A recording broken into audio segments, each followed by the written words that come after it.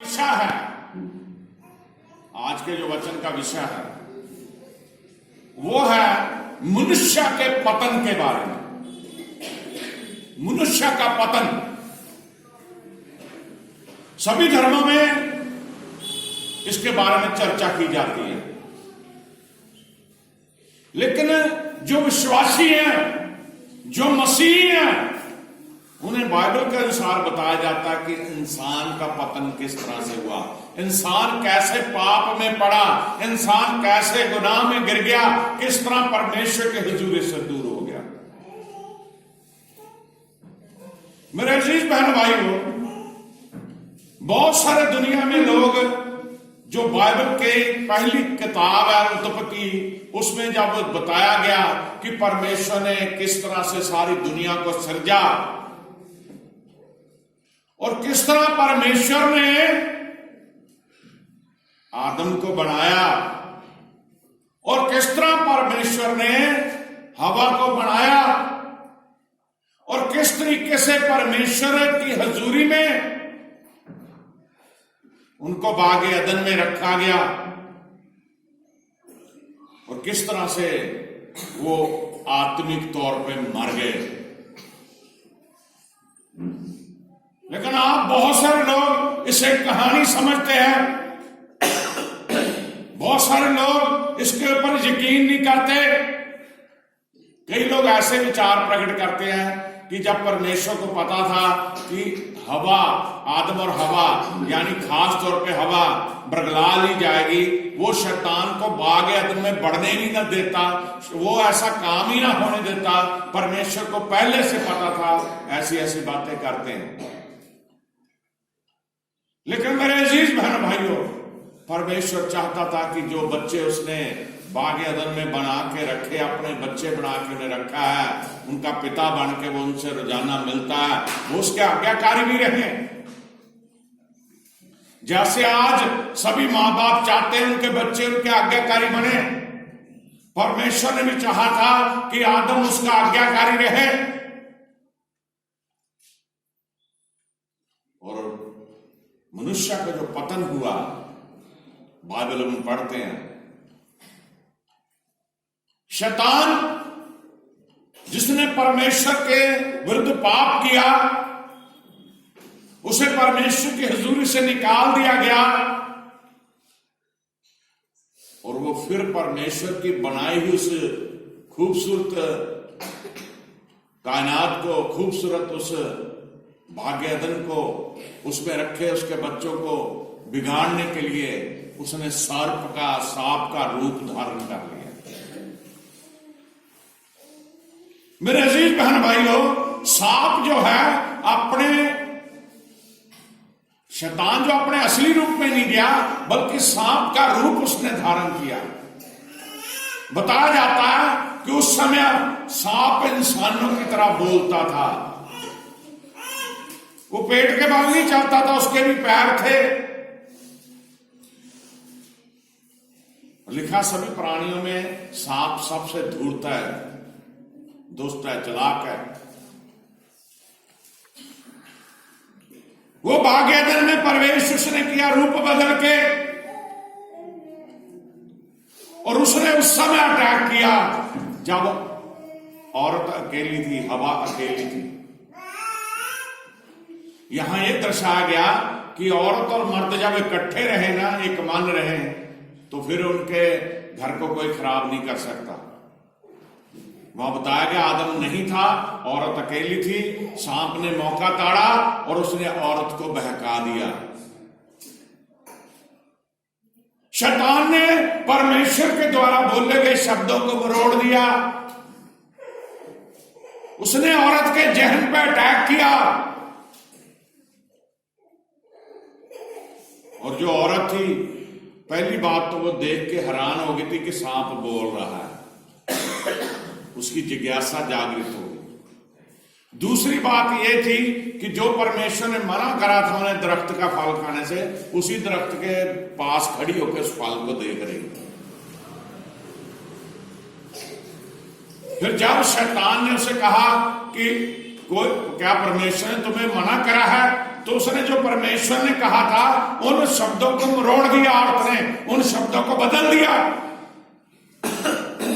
परमेश्वर ने सीधा कह दिया था कि अगर तुमने ये फल खाया उसी दिन अवश्य तुम मर जाओगे। तो उसने बदल दिया शब्द कि छूने से परमेश्वर ने इसे मना किया, तुम मर जाओगे। लेकिन परमेश्वर ने कहा था अवश्य तुम मर जाओगे, सचमुच तुम मर जाओगे अगर ये फल। अब मनुष्य का पतन का कारण जो है वो शैतान बना है। मेरे अजीज बहन भाइयों, आज भी पूरी दुनिया में मनुष्य को पाप में गिराने का काम शैतान ही कर रहा है। आज लोग परमेश्वर की तरफ ज्यादा नहीं जा रहे, शैतान की तरफ भागे हुए हैं। लोग परमेश्वर से दूर होते जा रहे हैं, परमेश्वर के हुक्मों की पालना नहीं कर रहे, परमेश्वर की शिक्षाओं के ऊपर नहीं चल रहे, परमेश्वर के उस वचन के अनुसार अपना जीवन नहीं जी रहे। ध्यान कीजिए इन बातों के ऊपर। अब सवाल है कि मनुष्य का पतन किस तरह से हुआ। हम पढ़ेंगे यहेजकेल नबी की पुस्तक, यहेजकेल पुराने अहदनामे में, बाइबल की बड़ी जो पूरी बाइबल है उसमें है यहेजकेल,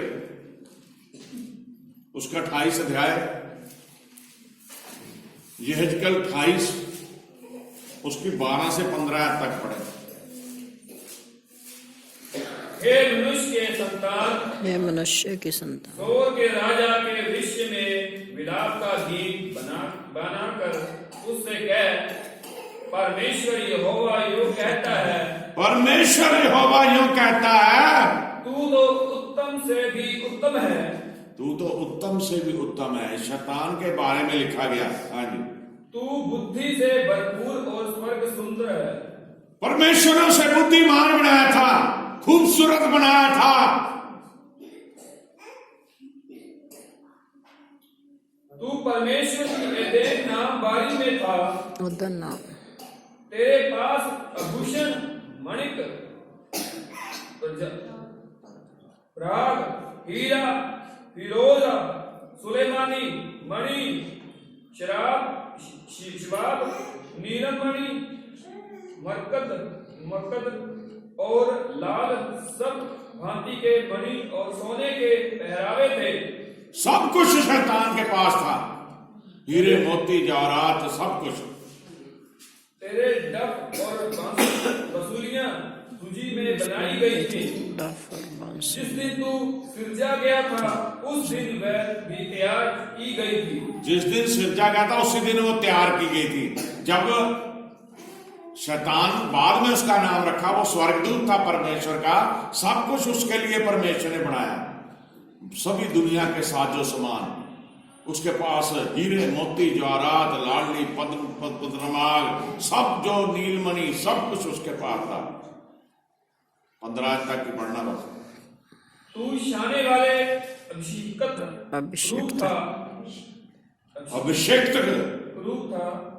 मैंने तुझे ऐसा ठहराया कि तू परमेश्वर के पवित्र पर्वत पर रहता था। ऐसा परमेश्वर ठहराया कि परमेश्वर के पवित्र पर्वत पर वास करता था। तू आग सरीखे चमकने वाले मणियों के बीच चलता फिरता था। मणियों के बीच वो चलता फिरता था। जिस दिन से तू सिरजा गया और जिस दिन तक तुझ में कुटिलता ना पाई गई, उस समय तक तू सिरजा गया, कुटिलता नहीं पाएगी, उस समय तक तू अपनी सारी चाल चलन में निर्दोष रहा। सारी चाल चलन में निर्दोष रहा। Hallelujah, hallelujah. जिस दिन उसने पाप करा, परमेश्वर ने उसे अपनी हजूरी से निकाल दिया। पतन जो है, शुरुआत जो है मनुष्य के पतन की, वो शैतान के पाप करने से ही हुई। उसका सही तस्वीर बागे अदन में आदम और हवा को परमेश्वर रखा, उनके जरिए जो पाप हुआ उस वजह से सारे मनुष्य पापी स्वभाव उनका बन गया। ईशान नबी की पुस्तक की 14 अध्याय बड़े ध्यान से पढ़ो, गलत पढ़ने से वचन अच्छा नहीं लगता। 14 की 9 से 14 तक पढ़ो जरा। पाताल के नीचे अधोलोक में, पाताल के नीचे अधोलोक में तुझसे मिलने की हलचल हो रही है। तुझसे मिलने के लिए हलचल हो रही है। वह तेरे लिए मुर्दों को अर्थात पृथ्वी के सब सरदारों को जगाता है। हाँ, और वह जाति जाति के सब राजाओं को उनके सिंहासन पर से उठा खड़ा करता है। जाति जाति के सब राजाओं ने सिंहासन को उठा के खड़ा करता है। 14 यशाया 14 की 9 से 14 तक पढ़ना है। वे सब तुझसे कहेंगे, क्या तू भी हमारे समान निर्बल हो गया है? क्या तू भी हमारे साथ कमजोर हो गया? क्या तू हमारे समान ही बन गया? क्या तू हमारे समान ही बन गया? तेरा वैभव और तेरी प्रबंधियों का शब्द अधोलोक में उतारा गया। तेरी वो शान और शक्ति कहाँ गई? परमेश्वर ने उसे अधोलोक में, नरक में, पाताल में उतार दिया। कीड़े तेरा बिछोना और केंचुए तेरा, कीड़े तेरा बिछोना, केंचुए तेरी चादर है। हे भोर के चमकने वाले तारे, हे भोर के चमकने वाले तारे, तू कैसे आकाश से गिर पड़ा है? हालेलुया। किस तरह तू आकाश से गिर पड़ा है? किसने गिरा दिया उसे? परमेश्वर ने। तू जो जाति जाति को हरा देता था, तू जाति जाति को हरा देता था, तू अब कैसे काटकर भूमि पर गिराया किस गया तरह है? काट के अब भूमि पे गिरा दिया गया है। तू मन में कहता तो था, तू मन में ये कहता था, मैं स्वर्ग पर चढ़ूंगा, मैं स्वर्ग के ऊपर चढ़ूंगा, मैं अपने सिंहासन को ईश्वर के तारागण के मैं अपने सिंहासन को ईश्वर के तारागण से भी अधिक ऊंचा करूंगा, अधिक ऊंचा करूंगा, और उत्तर दिशा के छोर पर सभा के पर्वत पर विराजूंगा। उत्तर दिशा के शोर पर सभा के पर्वत पे विराजूंगा। मैं मेघों से भी ऊंचे ऊंचे स्थान के ऊपर चढ़ूंगा, मैं मेघों से भी ऊंचे ऊंचे स्थान पर चढ़ूंगा, मैं परम प्रधान के तुल्य हो जाऊंगा, मैं परम प्रधान के तुल्य हो जाऊंगा। आमेन। आमेन। ये घमंड आ गया शैतान के अंदर। वो स्वर्गदूत था, उसे बुद्धिमान बनाया गया, उसे हर तरह से खूबसूरती दी गई, उसके लिए सारे साजो सामान बनाए गए, दुनिया का सारा ऐश्वर्य उसको दिया गया। लेकिन उसके अंदर क्या आ गया? पाप अंदर जा गया कि परमेश्वर से भी ऊंचा सिंहासन मेरा हो जाएगा। अब वो शैतान को जताया गया कि तेरा सिंहासन परमेश्वर से ऊंचा ना, तेरा बिछौना नरक में है, कीड़े तेरा बिछौना होंगे, केंचुए तेरे ओढ़नी होंगे। किस तरह उसको सजा दी गई। इतनी शान और शौकत जो उसके पास थी, उससे उसे खारिज कर दिया, निकाल दिया गया, और सब कुछ उसके पास से छीन लिया गया। मेरे अजीज बहन भाइयों, कुछ लोग इन बातों को मन गढ़ंत मानते हैं जो बागेदन के बारे में बाइबल में हम पढ़ते हैं। बाइबल ये बताती है कि परमेश्वर ने जब आदम को और हवा को, सांप को, जब उन्होंने पाप किया, श्राप दिया, तो किस तरह से वो आज एक एक बात सत्य है। हम पढ़ेंगे उत्पत्ति की पुस्तक, पतन का कारण क्या बना, मनुष्य के पतन का कारण क्या है। मेन उत्पत्ति 3 अध्याय उसकी पहली आयत पढ़ें जरा। यहोवा परमेश्वर ने जितने बैनौले पशु बनाए थे, हाँ, यहोवा परमेश्वर ने जितने भी बेनैले पशु बनाए थे, जो भी परमेश्वर ने सबको बनाया, हाँ जी, उन सब में सांप धूर्त था। उन सब में सांप जो था धूर्त था, चालाक था, बहुत ही कपटी था। हाँ जी। उसने स्त्री से कहा, क्या सच है कि परमेश्वर ने कहा? उसने जाके स्त्री को, वो उसने चालाकी करी स्त्री के साथ, वो उसे जाके कहता क्या सच है परमेश्वर ने कहा तुम इस वाटिका के किसी वृक्ष का फल न खाना। वो जाके जानबूझ के पूछता है, परमेश्वर ने तो मना करा था। वो जानबूझ के उकसा रहा है कि परमेश्वर ने तुम्हें मना करा किसी इस वाटिका के किसी दरख्त का फल ना खाना। स्त्री ने सबर से कहा, इस वाटिका के वृक्ष के, स्त्री ने सांप से कहा इस वाटिका के वृक्ष के फल हम खा सकते हम हैं, खा सकते हैं, पर जो वृक्ष वाटिका के बीच में है। पर जो वृक्ष वाटिका के बगीचे के बाग के बीच में है, सेंटर में है, उसके फल के विषय में परमेश्वर ने कहा है कि उसके फल के विषय में परमेश्वर ने कहा है ना तो तुम उसको खाना ना तो उसे खाना और ना उसको छूना, ना उसको छूना, नहीं तो मर जाओगे। नहीं तो मर जाओ। यहाँ पे औरत ने क्या करी, सांप के बहकावे में आके उसका दिमाग पाप के अधीन हो गया, शैतान के अधीन हो गया, वो वहां पे बदल दिए उसने शब्द। परमेश्वर ने ये तो कहा नहीं था कि उसे छूना ना, परमेश्वर ने ये नहीं कहा था कि तू मर जाएगी, उसने कहा था तुम अवश्य मर जाओगे जिस दिन तुमने इसे तोड़ा खाया। परमेश्वर ने कहा था बेख खटके सब कुछ खाओ, सिर्फ इस दरख्त का फल मत खाना। यानी कि परमेश्वर की एक आज्ञा थी, उस आज्ञा को तोड़वाने वाला शैतान था, और जो हवा थी उसने तोड़ा उस आज्ञा को। उसे फल बड़ा खूबसूरत लगा, वो आकर्षित होगी शैतान के तरफ, जो सांप बन के वहां घुस गया, उसके विचार दूषित हो गए। लास्ट में शब्दों को देखिए, उसने परमेश्वर के बताए हुए शब्दों को ही बदल दिया औरत ने। जैसे हमने अभी पढ़ा कि शैतान किस तरह से कमांड से भर गया कि मैं परमेश्वर से भी ऊंचा अपना सिंहासन लगा लूंगा। इसी तरह जब इंसान पाप करता है तो पाप के कारण उसका दिमाग जो है वो गलत रास्तों पे चलने लगेगा। 3 की 1 ही पढ़नी, कितनियां पढ़ती हैं? 3 या 3 पढ़। Hallelujah, hallelujah. अब वहां पे